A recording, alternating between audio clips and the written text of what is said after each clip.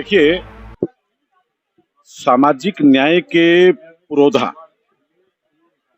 भारत रत्न बाबा साहब डॉक्टर भीमराव अंबेडकर जी का 131वां जन्मोत्सव हम लोग पूरे देश दुनिया में हर्षोल्लास के साथ मना रहे हैं। उसी कड़ी में हम लोगों ने आज इंडियन एजुकेशन वेलफेयर सोसाइटी जो है हमारी रोहिणी में, हम लोगों ने ये आयोजन किया।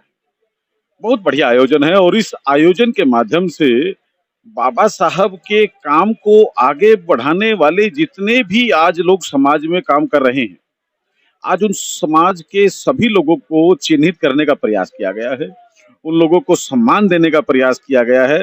उन लोगों को प्रोत्साहन देने का काम किया है। उन लोगों को वो अपने काम को और तेज गति से आगे बढ़ाएं। बाबा साहब का जो संदेश है, शिक्षित बनो, संगठित रहो और संघर्ष करो।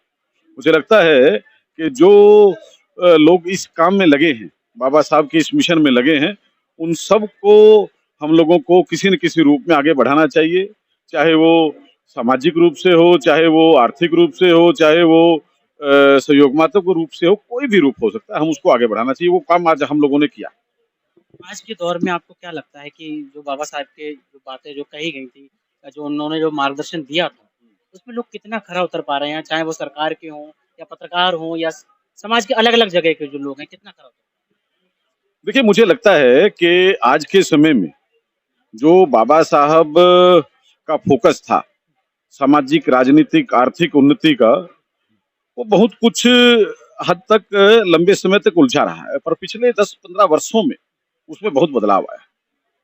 आप देखेंगे आज कोई भी महापुरुष हो, कोई भी आइडियल हो, जिसका जन्म होता है उसका मरण भी होता है। उसको जन्म जयंती पे हम लोग याद करते हैं, उसकी जो महापरिनिर्वाण होता है तब याद करते हैं। आज बाबा साहब को हम तीसरे एक सम्मान दिवस के रूप में ये भी याद करते हैं। उनकी जन्म जयंती पर याद करते हैं 14 अप्रैल को, उनके महापरिनिर्वाण दिवस पर याद करते हैं 6 दिसंबर को और संविधान दिवस पर 26 नवंबर को उनको याद करते हैं। अनेकों ऐसे उदाहरण हैं। मौजूदा सरकार में, मौजूदा समय में जो कुछ बदलाव हुए, मुझे लगता है कि लंबे समय तक हमारे जो महापुरुषों का जो जीवन संदेश था, वो खुलकर प्रकाश में नहीं था। अब पिछले 5, 7, 10 वर्षों से वो खुलकर प्रकाश में आया है और उनकी जो छवि है, चाहे बाबा साहब अम्बेडकर हों, चाहे सरदार पटेल हों, चाहे नेताजी सुभाष हों, चाहे भगत सिंह हों, सबका जो है, जो उनका योगदान है, जो उनका देश के उत्थान के लिए, देश के निर्माण के लिए उनका जो ऐतिहासिक रोल है, वो सब हम लोग देख पा रहे हैं। बाबा साहब की जयंती पे आप युवाओं को क्या संदेश देना चाहेंगे? उनसे क्या कहेंगे? देखिए, मैं बाबा साहब की जयंती पर हमारा फोकस है युवाओं को। मैं अपने सभी युवा मित्रों को, खासकर छात्र-छात्राओं को जो शिक्षा के क्षेत्र में हैं, आप बाबा साहब के जीवनी में अगर देखेंगे, सबसे उच्च शिक्षा, आज विश्व में सबसे ज़्यादा शिक्षित अगर किसी को कहा जा रहा है, तो वह बाबा साहब को कहा जा रहा है क्योंकि उन्होंने इतनी शिक्षा हासिल की, इतने इतिहास बनाए, इतने रिकॉर्ड बनाए। मुझे लगता है जो हमारे छात्र-छात्राएँ हैं, युवा वर्ग है, वह शिक्षा को फोकस करे। शिक्षा को अगर फोकस करेगा तो मुझे लगता है कि सारे उसकी जो उलझनें हैं, वो सुलझ जाएँगी। बाबा साहब ने भी एक मंत्र दिया था, सबसे पहले शिक्षित होना है। जब हम एजुकेटेड होंगे, शिक्षित होंगे तो संगठित होंगे, हम इकट्ठा रहेंगे और उसके बाद में अपनी सामाजिक आर्थिक उन्नति के लिए संघर्ष करेंगे। मुझे लगता है हमारे युवाओं को बाबा साहब के इन सिद्धांतों पर आगे बढ़ना चाहिए। भगवान जी और सोसाइटी के लिए क्या कहेंगे?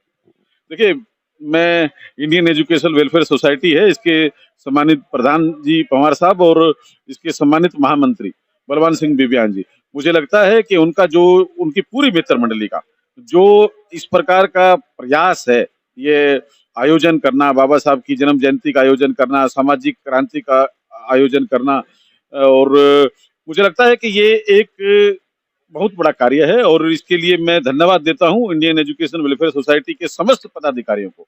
विशेषकर मेरे साथी जो कि लंबे समय तक हम लोग सामाजिक काम को आगे बढ़ा रहे हैं, बलवान सिंह बिबियान जी को और उनकी पूरी टीम को बहुत-बहुत शुभकामनाएँ देता हूँ। हमारी खबरों से जुड़े रहने के लिए हमारे चैनल को सब्सक्राइब करें और बेल आइकन को दबाएं ताकि खबर की नोटिफिकेशन आपको मिलती रहे।